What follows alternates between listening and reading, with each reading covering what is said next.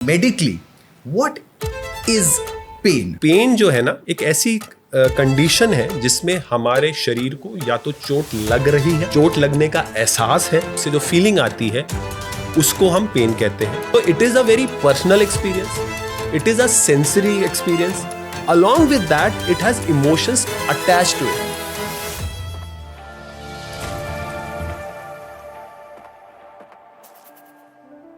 Welcome to Savikalp Sanchar, Savikalp Sciences Conversation Series, where we attempt to discuss and unpack various disease and disorders in conversation with leading physicians in a simple, easy to understand manner. Today we have with us Dr. Dhruv Bibra. Namaskar, Dr. Sahab. Dr. Bibra is a dynamic and highly specialized and motivated pain physician who practices at the Delhi Pain Management Center. Important to note that the Delhi Pain Management Center is India's first dedicated pain hospital. Welcome, Doctor. Thank you so much for the kind invitation. Pleasure to have you with us, Dr. Sahab. I'll get right into a challenging topic which I think all of us are familiar with, which is obviously pain. Pain is something that whether young or old, we all experience in different degrees in our lives, daily, monthly, throughout the course. It is one of the leitmotifs of life effectively. पर दर्द होता क्या है? हम सब महसूस तो करते हैं दर्द, पर medically, what is pain? And if I may, doctor साहब, कोई सायाटिका बोलता है, कोई बोलता है माइग्रेन है, कोई बोलता है हेडेक है, पीरियड पेन है, कैंसर पे, इतने प्रकार के दर्द होते हैं. But what is the commonality? मतलब साधारण भाषा में दर्द होता क्या है? देखिए, पेन जो है ना एक सेंसरी यानी एक ऐसी कंडीशन है जिसमें हमारे शरीर को या तो चोट लग रही है, चोट लगने का एहसास है, उससे जो चीज़ उत्पन्न होती है या उससे जो फीलिंग आती है उसको हम पेन कहते हैं, पहली चीज़. तो ये एक तरीके का फिजियोलॉजिकल थिंग. फिजियोलॉजी मतलब ऐसा एक प्रोटेक्टिव मैकेनिज्म है हमारी बॉडी के अंदर जिससे हम किसी भी तरह की इंजरी होने या हमारे शरीर को नुकसान ना पहुंचे, एक मैकेनिज्म है हमारे शरीर का. पर इसके साथ ना सिर्फ एक ये सेंसरी फिनोमिना की तरह यूज होता है, इसके साथ इमोशंस भी अटैच्ड होते हैं. अगर मैं आपको एक सिंपल से एग्जांपल दूं, अब इस रूम में हम 4 लोग हैं, हम सबको एक जैसी चोट लगे या मैं आप सबको एक थप्पड़ मारूं, ठीक है, तो तीनों का एहसास अलग होगा, तीनों का एक्सप्रेशन अलग होगा और तीनों का रिस्पॉन्स अलग होगा. हो सकता है आप एक स्माइल कर दें, दूसरा हो सकता है मुझे गाली दे, तीसरा हो सकता है मुझे थप्पड़ मारे और तीसरा हो सकता है वो रोता हुआ चला जाए. उसी तरीके से जो पेन का स्कोर है वो भी तीनों का डिफरेंट होगा. तो it is a very personal experience, it is a sensory experience, along with that it has emotions attached to it. It is not purely a physical function, there is a mental or emotional aspect to pain as well. बिल्कुल जी, हम emotional जानवर हैं और emotions हमारे सबसे ज़्यादा developed हैं among the human species that we all are aware. So इस वजह से कोई भी सेंसेशन के साथ इमोशन अटैच होते ही है और वो इमोशंस ऐसे हैं जो कि सबके पर्सनल हैं. तो इस बारे में ना एक बड़ा एक सिंपल सा एग्जांपल है जो मैं हर किसी को बोलता हूँ कि हम क्या करते हैं ना, जनरली एज डॉक्टर्स मैं अपने फेटर्निटी को ही बात करता हूँ कि हम बहुत जनरलाइज करने की कोशिश करते हैं कि भाई मुझे पता है कि तुम्हारी कंडीशन में कितना दर्द होगा, सुई चुभी है ना, मुझे पता है कितना दर्द होगा, तुम्हारी हड्डी टूटी है ना, मुझे पता है कितना दर्द होगा. ऐसा नहीं है. It is a very personal thing. So even when I am teaching and discussing pain with my other colleagues, तो मैं ये चीज़ हमेशा बोलने की कोशिश करता हूँ और बहुत emphasize करता हूँ कि we have to believe the patient, that is one. Second thing, generalize मत होइए, empathetic रहिए, that is one. रही बात जो आपने sciatica, माइग्रेन, देखिए अब यही पेन अगर एक एरिया को इफेक्ट करने लगता है, चाहे वो गर्दन का दर्द हो तो उसे हम टेक्निकल भाषा में सर्वाइकल पेन कह सकते हैं, हम उसको बैक का पेन जो टांगों में आता है नस दबने की वजह से हो सकता है तो हम उसे शियाटिका कह सकते हैं, सर में होने वाला दर्द माइग्रेन का होता है, पेट में होने वाला दर्द एब्डोमिनल पेन होता है, पेल्विस में होने वाला दर्द पेल्विक पेन होता है. तो where the pain presents we call it by different names, but दर्द एक नुमा ही एक तरीके से है, at least in terms of the experience. देखिए मैं एक बात बताऊं, बड़ा इंटरेस्टिंग है कि ओवर जनरलाइजेशन नहीं किया जा सकता, बट हाँ आप ये कह सकते हैं कि जब पेन होता है तो इसका मतलब ये है कि कुछ ना कुछ गड़बड़ हो रही है शरीर में, और उसके साथ कहीं ना कहीं इमोशन अटैच्ड है। जो वो इमोशन जो है वो एक मल्टीफैक्टोरियल थिंग है कि आप कहाँ से आते हैं, आपकी जिंदगी पे कितना असर है, और वो सारी चीजें उसको करते हैं। And that is where you said that individual level पे टॉलरेंस जो एक शब्द है, पेन टॉलरेंस हर किसी का अलग हो सकता है। किसी को आपने हल्का सा चाटा मारा या किसी को घूसा मारा, दोनों को, दो अलग अलग व्यक्तियों को उतना ही दर्द हो सकता है। बिल्कुल, आप वो छोड़िए, अगर मैं एक ही ताकत से एक ही टाइम पे 3 लोगों को मारूं, उनका भी एहसास अलग होगा। So it is entirely subjective in terms of what we feel, and therefore you have to be very empathetic and not dismiss anyone क्योंकि दर्द हर समय प्रकट होता है। So it is just that you have to be aware and open to understanding the patient's perspective. Exactly. Right? A technical question. You mentioned sensation. In the medical pharmacological community, we often hear the terminology central sensitization, peripheral sensitization, अब और PNS और CNS। तो ये क्या अलग अलग तरकीबें हैं doctor लोगों को अपने बीच में, अपनी फ्रेटर्निटी में पेन को एक्सप्लेन करने की? Is it not so relevant to let's say average person? What do these things mean? देखिए, अब ना आपने 2 चीजों को ना मिक्स कर दिया। अब हम जब बात करते हैं CNS की, यानी कि सेंट्रल नर्वस सिस्टम, PNS यानी कि पेरिफेरल नर्वस सिस्टम, तो ये हमारे नर्वस सिस्टम के पार्ट्स हैं। अगर हम देखें तो मोटा माटी एक सेंटर, मतलब बीच में क्या है? आपका ब्रेन है, रीढ़ की हड्डी है, राइट? तो that is the central nervous system.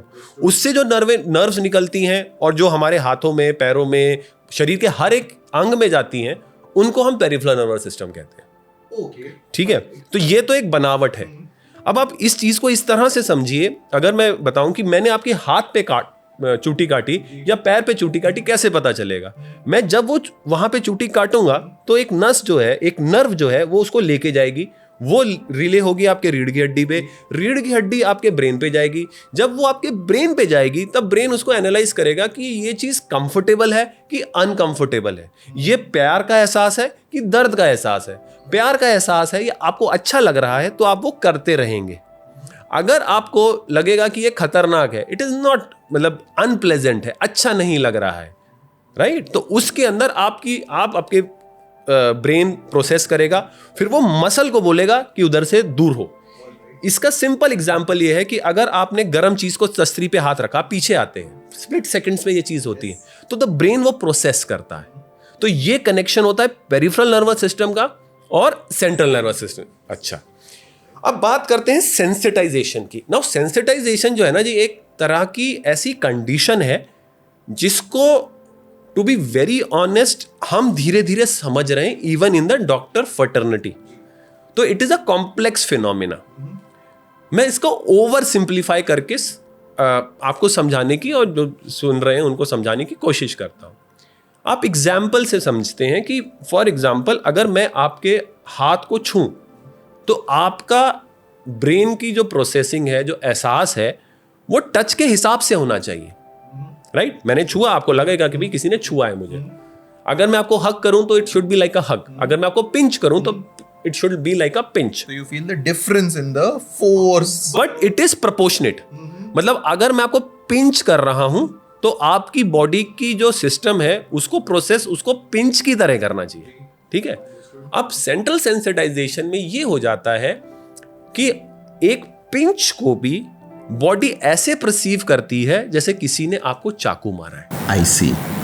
वो ज्यादा, देसी भाषा में बोले तो सेंसिटिव हो गया है। So it is not aligned to the stimulus. Exactly आप ये समझिए, जैसे मैं अपना एग्जांपल है, तो I have a sensitive skin, so I am very careful about the cosmetics, soaps, powders that I use, because I have a sensitivity of my skin. Some people have a sensitivity of their stomach.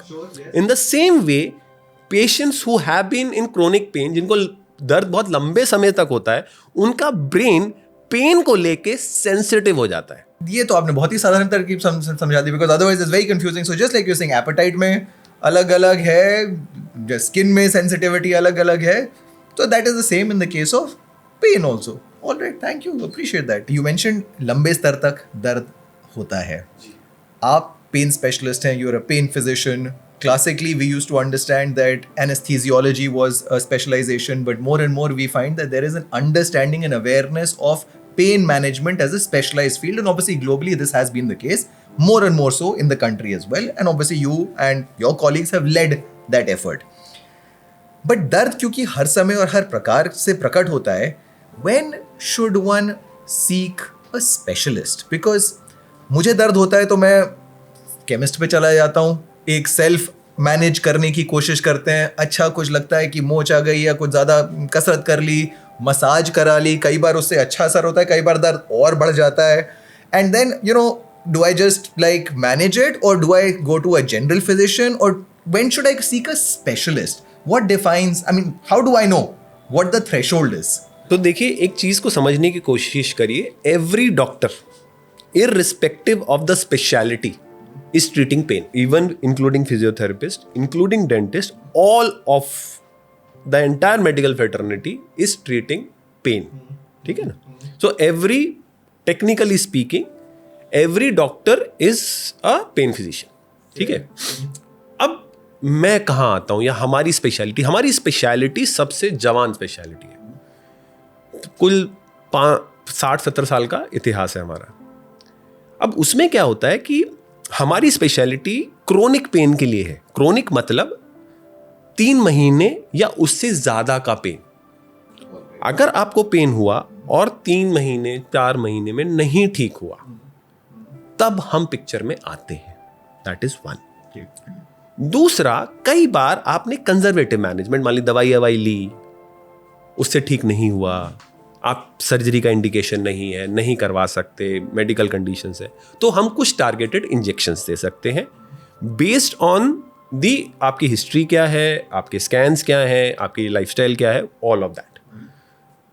सो हम picture में जब आते हैं, हम pen physicians की अगर हम बात करें, तो हम वो डॉक्टर्स हैं जो कि लॉन्ग ड्यूरेशन ऑफ पेन, जो कि रेगुलर चीज़ों से नहीं ठीक हो पा रहा है, उसके अंदर हम आते हैं.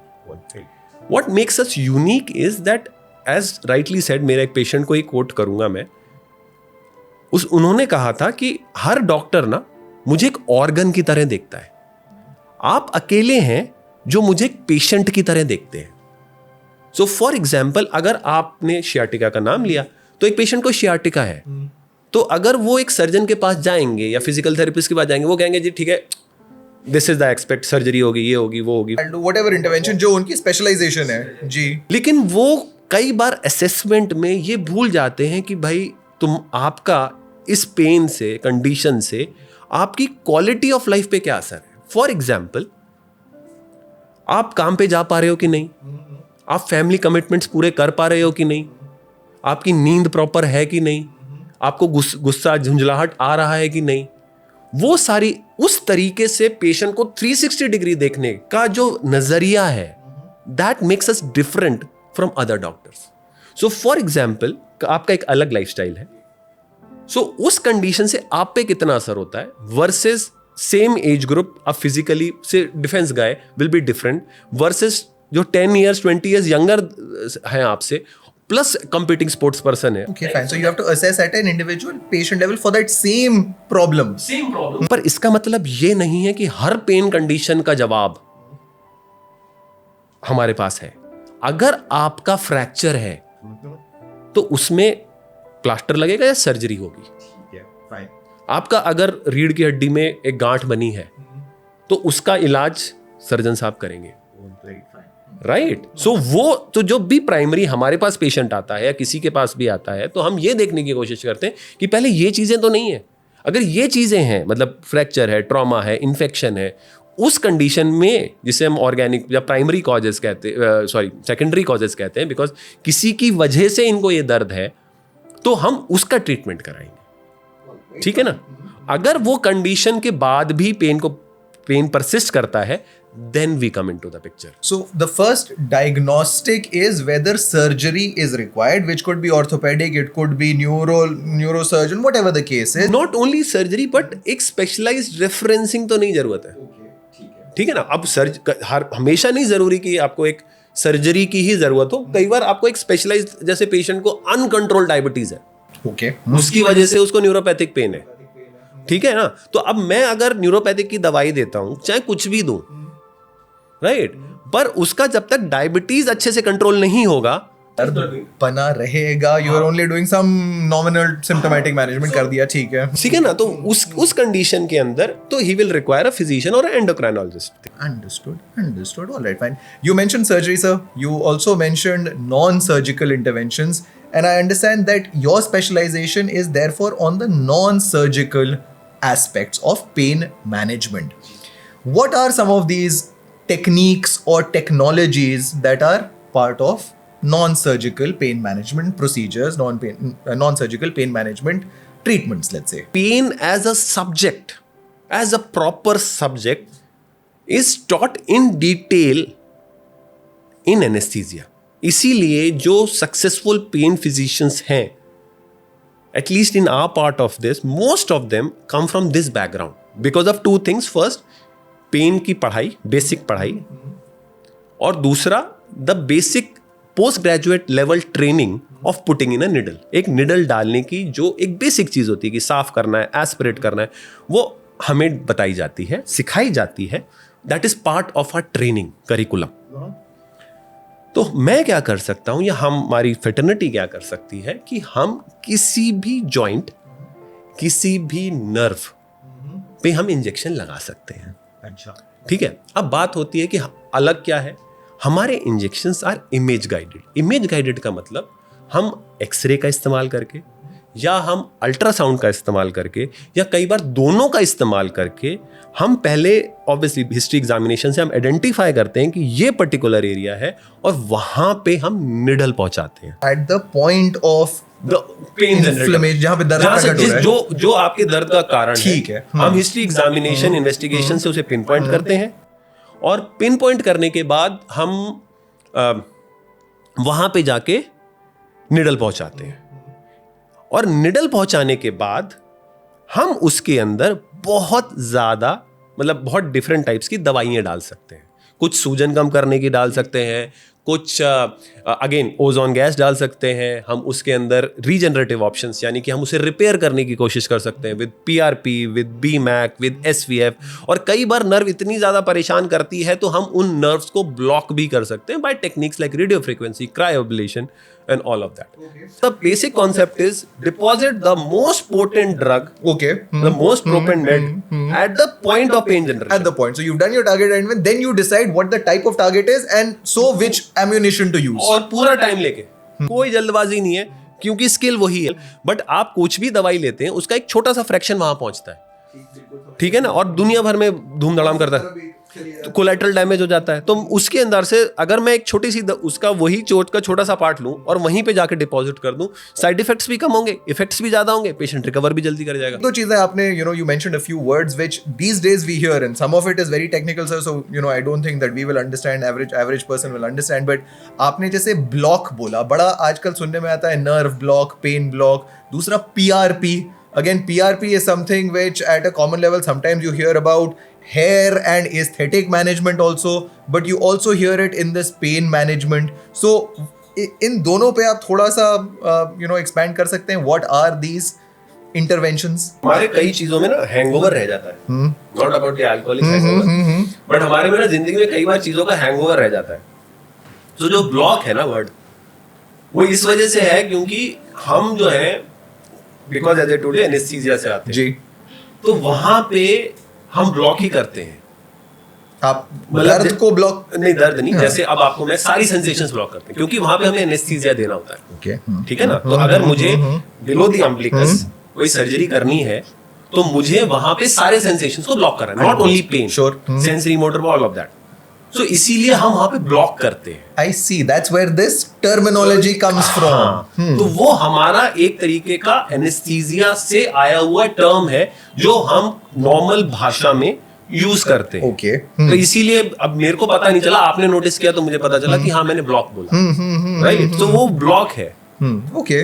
That is one thing. So block is nothing but that intervention where I am depositing the drug. So that is there. So but technically speaking, blocking would be meaning that I am targeting a nerve with a drug which should block all sensation, All sensation. मतलब पूरा खट करके barricading है, कुछ भी आगे नहीं जाएगा.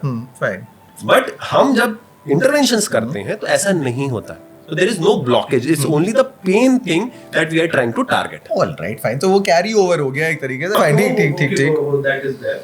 अब बात करी आपने PRP. So now अब अगर उसमें अगेन आगे से आके पीछे चलते हैं, देखिए होता क्या है ना, there is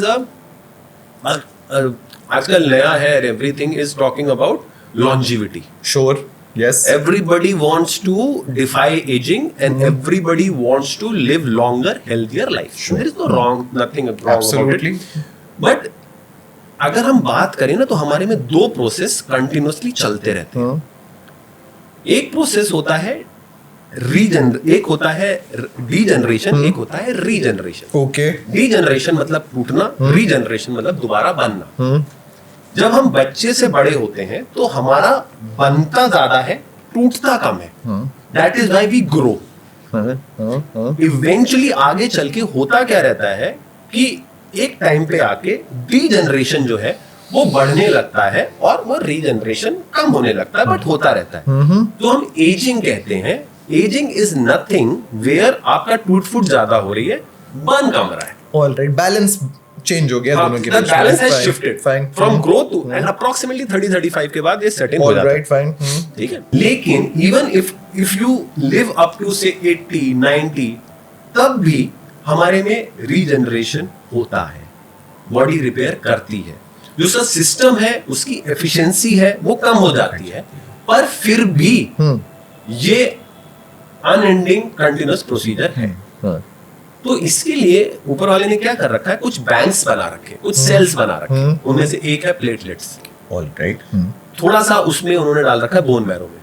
Okay. ठीक है. वैसे ही उन्होंने डाल रखा है फैट में. ये मोटा माटी है, but these are the things Fine. which have those cells या बैंक या केमिकल्स या किसी भी तरीके से आप उस चीज को समझने की कोशिश करें तो उसके अंदर वो कैपेसिटी होती है कि वो टूट फूट को ठीक कर सकता है.